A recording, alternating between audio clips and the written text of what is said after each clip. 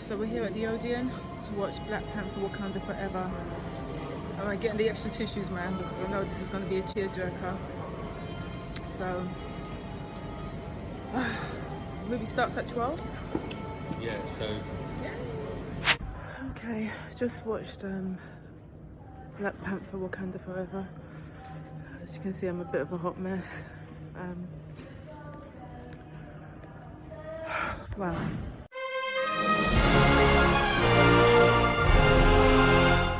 Good morning, folks, good afternoon, and welcome to the channel. My name's Rhodes, back once again with another video.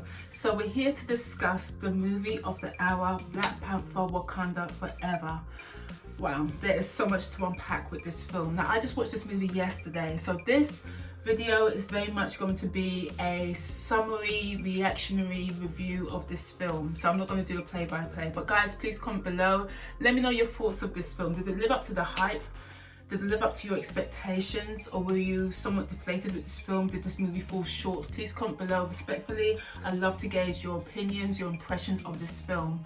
Now, as I say, I just watched this movie yesterday, and if you're new to my channel, or hopefully subscribed, hopefully you caught my reaction to the teaser trailer, and I found that teaser exceptionally emotional, but it did no way prepare me for the emotional weight that I would experience in watching this film. I mean, I was a hot mess. I mean, you saw my reaction, so there was no way I was going to record anything on leaving the cinema, but my lasting impression of this film in its entirety is that Black Panther Wakanda Forever is a posthumous and beautiful tribute to Chadwick Boseman.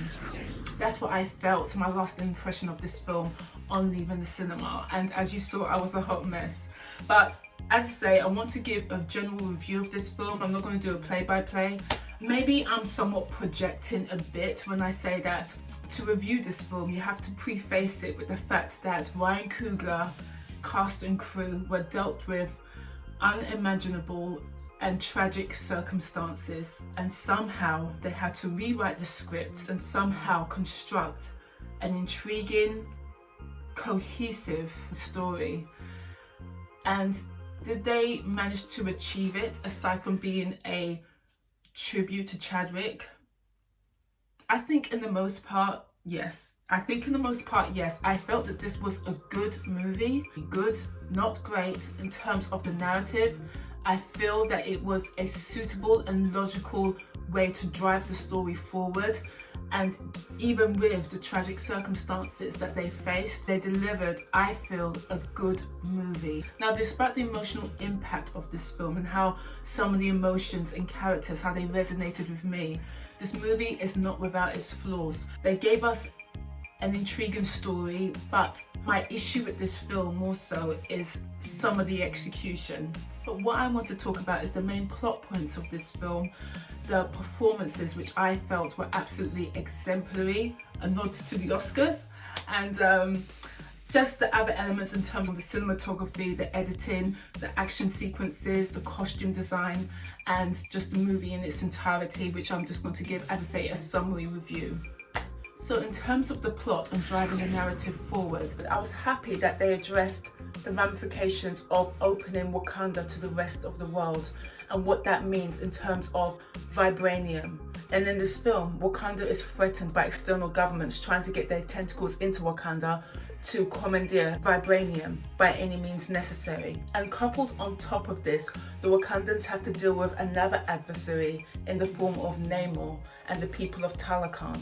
And his addition into this film, as expected, is woven into the whole conflict over vibranium. So I like that touch. It's kind of commensurate to the comics and kind of what I expected. So all these elements to the film actually served for an intriguing story. Now, I will say the first act of this film was so well executed. The pacing was on point. The action sequences were just really, really good. And it just kind of establishes the tone, the tension, and the threat exposed to Wakanda. So I wish they kept that tone and that energy throughout the movie, because midway in this film, I felt that there was a bit of a lull, a bit of an exposition dump, which could have been tightened up. They could have omitted certain elements with the CIA agents, including Ross.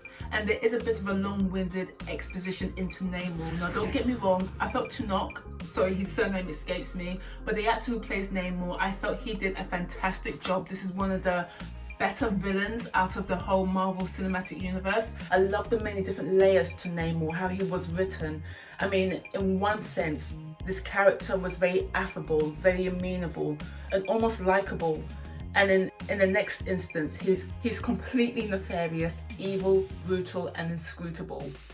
So I like the way Tunok balanced those eccentricities and the countenance of Namor. It was actually quite striking to watch that immediate shift in persona and countenance. And woven into that was the introduction into Talokan. And I felt, yes, beautifully done, but as I say, I would have shortened certain elements down. Definitely all of the dialogue with regards to the CIA agents, Fontaine and Ross, I would have omitted all of that from the movie. I understand why it was there, but it served no purpose. It culminated to nothing. But I guess that was, again, another plot point to drive the story forward for if they're going to make a third Black Panther movie.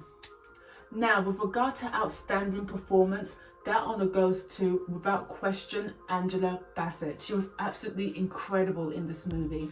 She just emoted. Every line was delivered with so much heart, so visceral, so impactful. It was as if she wasn't even acting. I just felt every line. It was just phenomenal. And this is what I'm accustomed to with Angela Bassett. This is the level of excellence that I'm accustomed to. So as I say, a nod to the Oscars, at least a nomination. She just owned every moment. She was just fantastic.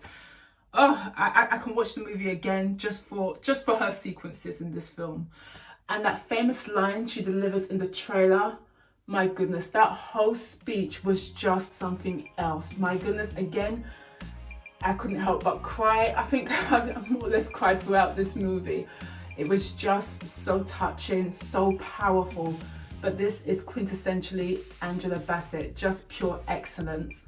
Now, in terms of the character M'Baku in this movie, he had a very much a laugh out loud moment in this film. I'm not gonna lie, it was extremely funny. But in terms of his arc in this film, he was almost reserved to a person of counsel.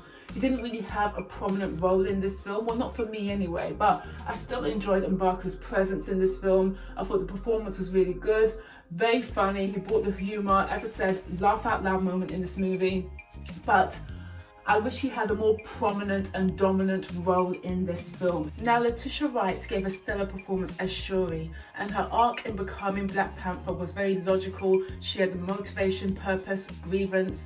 So she was the obvious choice, and it's very much commensurate to the comic. Now, whilst I did speculate that maybe Marvel may flip the script and someone else would take the mantle, you know, it was the obvious choice that she would become Black Panther for now.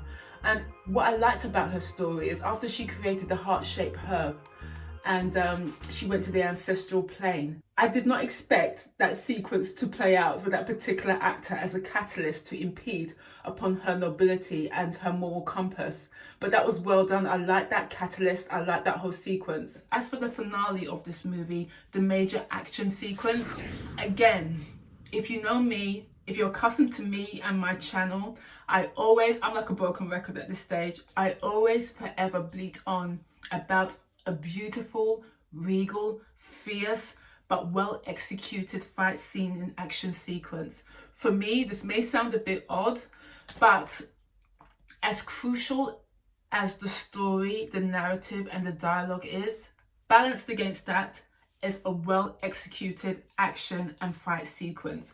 Without that action and fight sequence, we have an imbalance as far as I'm concerned. You can't give me just narrative, plot, and performance. I need a great and fantastic, well choreographed action sequence. It goes hand in hand for me personally. So that's where I felt this movie fell a bit short for me. Just again with the whole midsection where the pacing kind of was prolonged. The final battle in the middle of the ocean upon this massive rig. Sorry if I'm giving away spoilers. Sorry if I'm giving away spoilers. This wasn't my intention, but I can't talk about the final action sequence without detailing a few elements. but the final sequence on the rig, or maybe the design of the set piece, kind of limited the level of action, kind of limited the type of choreography of action that they could have allowed in this movie. Or maybe not, but I just didn't see anything gripping, anything fantastic. There was nothing that gave me edge of your seat action sequence, and I'm very much about that life. Now, speaking of great action sequences in former Marvel movies, not in this phase, in the previous phase, my fave, Infinity War, there were several on the edge of your seat moments in that film. And of course, the Wakanda war sequence. Loved. The whole running sequence when T'Challa, Black Panther, when he's leading the foe, his fellow warriors, as well as the Avengers, that running sequence was just everything. I mean, just something as simple as running was so effective and so beautifully done. So when I talk about Black Panther, Wakanda Forever, for me, that vicious, impactful and mesmerizing fight sequence and action scene, it just fell short for me in this film. And I just wish the team that worked on Infinity War, I know they also worked on Endgame, but what they did in Infinity War, I wish some of that magic, some of those action sequences was brought to this film, was brought to Black Panther Wakanda Forever. It would have elevated my experience so much with this movie. The excitement level would have been through the roof, and I think that would have been a general consensus. If you just elevated the action sequences and fight scenes, you've got a across the board brilliant movie. But I think, as I say, the pacing in the midsection affected this film, and the action sequences, for me, it just didn't hit those cylinders. Not for me personally. I understand the concept, but there was just something missing for me personally. But as I say, all in all, a really good movie. I love the costume design, the cinematography in this film, the performances, as I say, Angela Bassett, Tenoch, and Letitia. I felt they did a fantastic job, so powerful. Of course, Okoye, she had the secondary characters in the first movie, they were elevated to have their own arcs of how they are dealing with the conflicts that Wakanda is facing, the loss of their king. So all the secondary characters, they had to become A characters rather than the B characters, as it were. And I felt everyone brought their A game with what they were given. I felt they did an exemplary job, some more than others, Angela Bassett. But I felt overall this was a really good experience. Could it have been improved? On my watch, yes, it could have been improved, but those elements that I've droned on and on and on about. So yeah, but that's my commentary of Black Panther Wakanda Forever. Guys, please comment below, let me know your thoughts on this film. Please subscribe if you like my unstructured, this is very much unstructured review of this film. I have absolutely no notes, nothing written down, it's completely off the cuff, so hopefully you did bear with me. This review is a bit frenetic, but it is what it is. It's just a very much reactionary summary review of this film. But more discussions to come, and hopefully you'll join me for that. And subscribe and hit that thumbs up if you like my video. So anyway guys, please watch the film and I shall see you soon. Adios for now. Bye.